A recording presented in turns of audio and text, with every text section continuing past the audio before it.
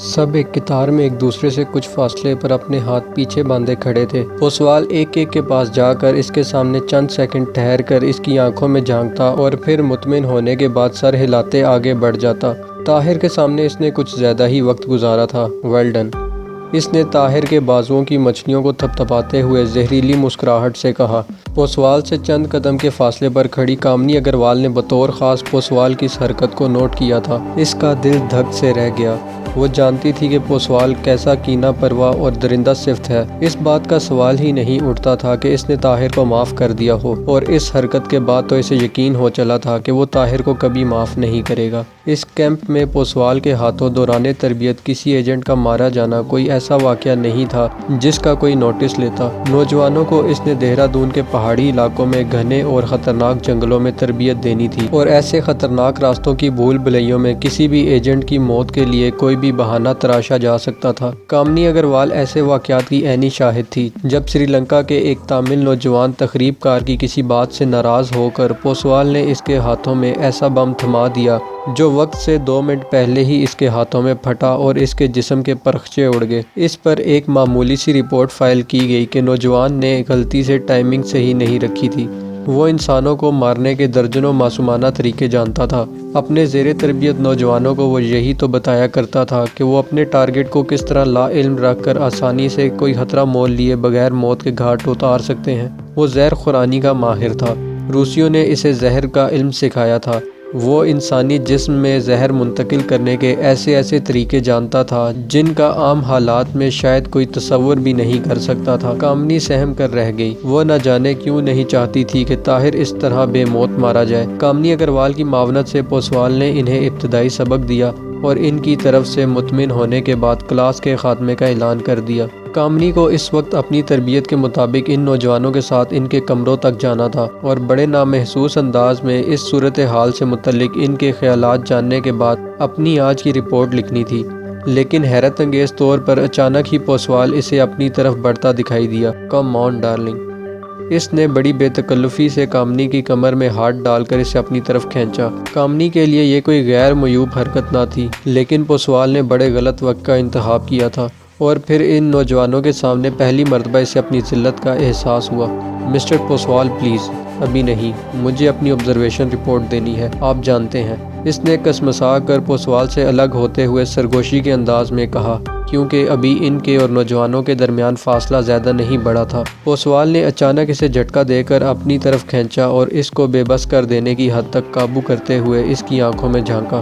کامنی کو اس کی آنکھوں میں خون اترتا دکھائی دے رہا تھا۔ مسٹر پوسوال، سر مجھے، اس نے دوبارہ گھبرا کر اپنی بات دہرانا چاہی۔ میں جانتا ہوں تجھے کیا کرنا ہے، اپنے یار سے ملنا ہوگا، سالی ہمارے ہوتے ہوئے ان مسلوں سے۔ اس نے جانے کس کس کو گالیاں بکنی شروع کر دی۔ کامنی کو یوں لگا جیسے کسی نے اس کے کانوں میں پگھلتا ہوا سیسا انڈیل دیا ہو۔ وہ جانتی تھی کہ پوسوال کی بدباطنی نے طاہر کو خیالی دشمن بنا کر اس کے سامنے کھڑا کر دیا ہے، کیونکہ اس نے کامنی اگروال کا رویہ اس کے تئیں کچھ بہتر دیکھ کر یہ رائے قائم کی تھی، اور اب دنیا کی کوئی طاقت اس کی رائے نہیں بدل سکتی تھی۔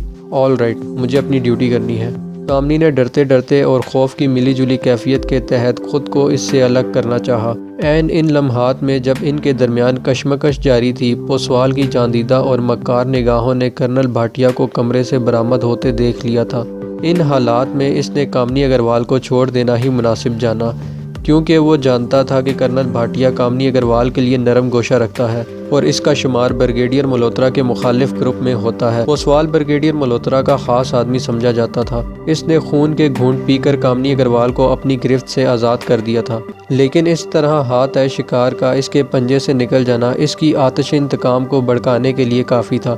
اس کا خون کھول رہا تھا، اس کے اندر موجود درندہ بیدار ہو چکا تھا۔ جانوروں کا خون پینے والا کیپٹن پوسوال اس وقت ڈریکولا بن چکا تھا، اور اس کی خواہش تھی کہ جتنی جلدی ممکن ہو وہ کامنی اگروال کے خون سے اپنی ہوس کی پیاس بجھائے۔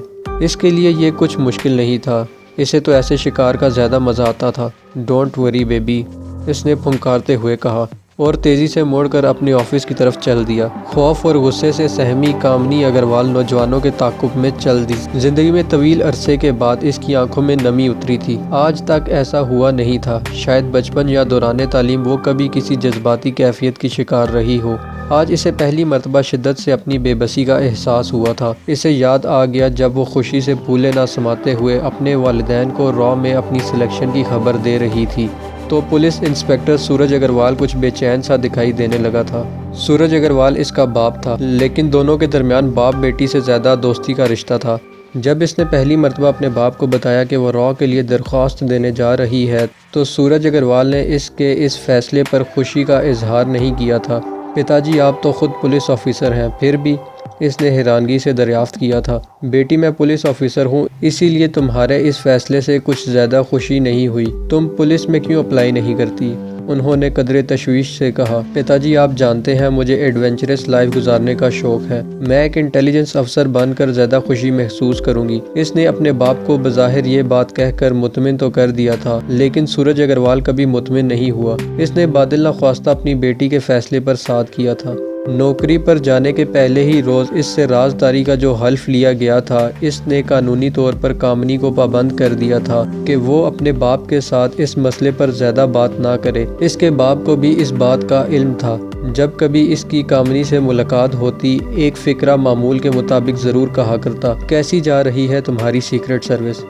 ایک دم شاندار پتا جی، کامنی کی طرف سے رٹا رٹایا جواب ملتا۔ کامنی اگروال نے ایک دو مرتبہ سوچا کہ اگر وہ اپنے گھر والوں کو یہ بتائے کہ وہ انٹیلیجنس افسر کی حیثیت سے سوائے ایک وحشیہ کے اور کوئی کام نہیں کر رہی تو شاید شرم سے اس کے والدین مر ہی نہ جائیں۔ اس نے کبھی انہیں اپنے کام کی نوعیت سے آگاہ ہی نہیں کیا تھا، البتہ مختلف شہروں میں اپنے تبادلے کی خبر ضرور دے دیا کرتی تھی، لیکن وہ بھی اپنے افسران کی اجازت سے۔ آج اسے زندگی میں پہلی مرتبہ احساس ہوا کہ اس نے اپنے باپ کی بات نہ مان کر سخت غلطی کی ہے، ایسی غلطی جس کا خمیازہ اسے اب مرتے دم تک بھگتنا ہوگا، کیونکہ ایک مرتبہ را میں آنے والوں کے لیے واپسی کا کوئی دروازہ کھلا نہیں رہتا، اور وہ اپنی ریٹائرمنٹ کے بعد بھی را کی نظروں میں رہتے ہیں۔ طاہر کے کمرے کے دروازے پر پہنچنے تک وہ قدرے نارمل ہو چکی تھی، لیکن نہ جانے کیوں طاہر کو وہ نارمل دکھائی نہیں دے رہی تھی۔ وہ کامنی کے لیے اپنے دل میں کچھ ہمدردی کے جذبات محسوس کر رہا تھا۔ دوسرے تقریب کاروں کے برعکس اس نے کنکھیوں سے پوسوال کی بدتمیزی کا جائزہ لیا تھا اور اسے بخوبی اندازہ ہو چکا تھا کہ یہ سب کچھ اس کا کیا دھرا ہے۔